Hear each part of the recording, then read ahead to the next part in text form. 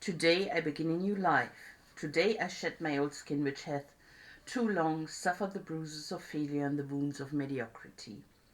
Today I'm born anew, and my birthplace is a vineyard where there is fruit for all.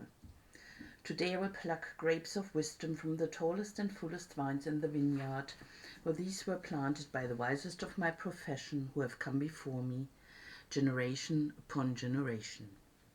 Today I will savor the taste of grapes from these vines, and verily I will swallow the seed of success buried in each. A new life will sprout within me.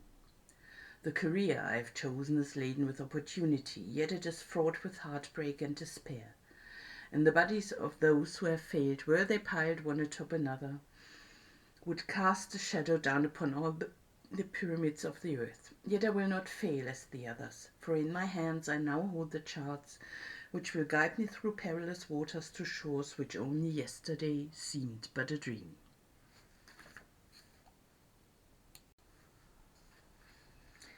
Failure no longer will be my payment for struggle, just as nature made no provision for my body to tolerate pain, neither has it made any provision for my life to suffer failure. Failure, like pain, is alien to my life.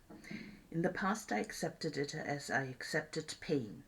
Now I reject it, and I am prepared for wisdom and principles which will guide me out of the shadows into the sunlight of wealth, position, and happiness, far beyond my most extravagant dreams, until even the golden apples in the garden of Hesperides will seem no more than my just reward.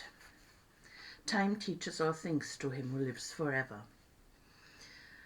But I have not the luxury of eternity, yet within my allotted time I must practice the art of patience, for nature acts never in haste. To create the olive, king of all trees, 100 years is required. An onion plant is old in 9 weeks. I have lived as an onion plant. It has not pleased me. Now I would become the greatest of olive trees, and in truth the greatest of salesmen. And how will this be accomplished? For I have neither the knowledge nor the experience to achieve greatness, and already I have stumbled in ignorance and fallen into pools of self-pity. The answer is simple. I will commence my journey unencumbered with either the weight of unnecessary knowledge or the handicap of meaningless experience. Nature already has supplied me with knowledge and instinct far greater than any beast in the forest, and the value of experience is overrated, usually by old men who nod wisely and speak stupidly. In truth, experience teaches thoroughly, yet her course of instruction devours men's years. So the value of her lessons diminishes with the time necessary to acquire her special wisdom. The end finds it wasted on dead men. Furthermore, experience is comparable to fashion. An action that proved successful today will be unworkable and impractical tomorrow. Only principles endure, and these I now possess.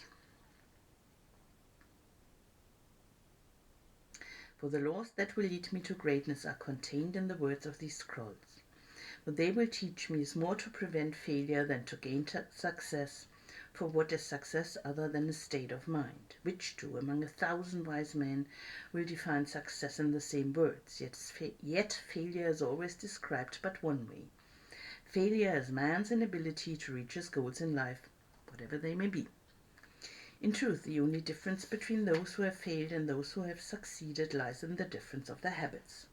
Good habits are the key to all success. Bad habits are the unlocked door to failure. Thus the first law I will obey, which precedeth all others, is, I will form good habits and become their slave. As a child I was slave to my impulses. Now I am slave to my habits as an all-grown man. I have surrendered my free will to the years of accumulated habits, and the past deeds of my life have already marked out a path which threatens to imprison my future. My actions are ruled by appetite, passion, prejudice, greed, love, fear, environment, habit, and the worst of these tyrants is habit. Therefore, if I must be a slave to a habit, let me be a slave to good habits. My bad habits must be destroyed, and new furrows prepared for good seed. I will form good habits and become their slave. And how will I accomplish this difficult feat? Through these scrolls it will be done. For each scroll contains a principle which will drive a bad habit from my life and replace it with one which will bring me closer to success. For it is another of nature's laws that only a habit can subdue another habit. So in order for these written words to perform their chosen task, I must discipline myself with the first of my new habits, which is as follows. I will read each scroll for 30 days in this prescribed manner before I proceed to the next scroll. First I will read the words in silence when I arise. Then I will read the words in silence after I have partaken of my midday meal. Last I will read the words again just before I retire at day's end, and most important on this occasion, I will read the words aloud. On the next day I will repeat this procedure, and I will continue in like manner for 30 days. Then I will turn to the next scroll and repeat this procedure for another 30 days. I will continue in this manner until I have lived with each scroll for 30 days and my reading has become habit. And what will be accomplished with this habit? Herein lies the hidden secret of all men's accomplishments. As I repeat the words daily, they will soon become a part of my active mind. But more important, they will also seep into my other mind, that mysterious source which never sleeps, which creates my dreams and often makes me act in ways I do not comprehend. As the words of these scrolls are consumed by my mysterious mind, I will begin to wake each morning with a vitality I've never known before. My vigor will increase, my enthusiasm will rise, my desire to meet the world will overcome every fear I once knew at sunrise. And I will be happier than I ever believed it possible to be in this world of strife and sorrow. Eventually I will find myself reacting to all situations which confront me as I was commanded in the scrolls to react. And soon these actions and reactions will become easy to perform, for any act with practice becomes easy. Thus a new and good habit is born. For when an act becomes easy through constant repetition, it becomes a pleasure to perform. And if it is a pleasure to perform, it is man's nature to perform it often. When I perform it often, it becomes a habit and I become its slave. And since it is a good habit, this is my will.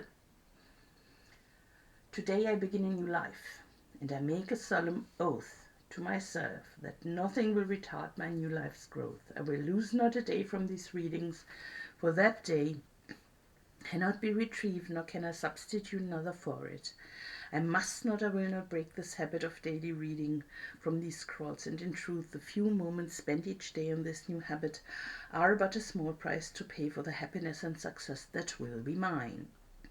As I read and reread the words in the scrolls to follow, never will I allow the brevity of each scroll, nor the simplicity of its words to cause me to treat the scroll's message lightly.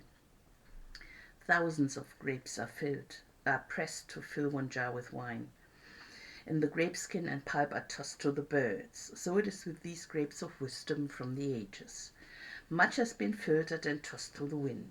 Only the pure truth lies distilled in the words to come. I will drink as instructed and spill not a drop in the seed of success I will swallow. Today my old skin has become as dust. I will walk tall among men, and they will know me not, for today I'm a new man with a new life.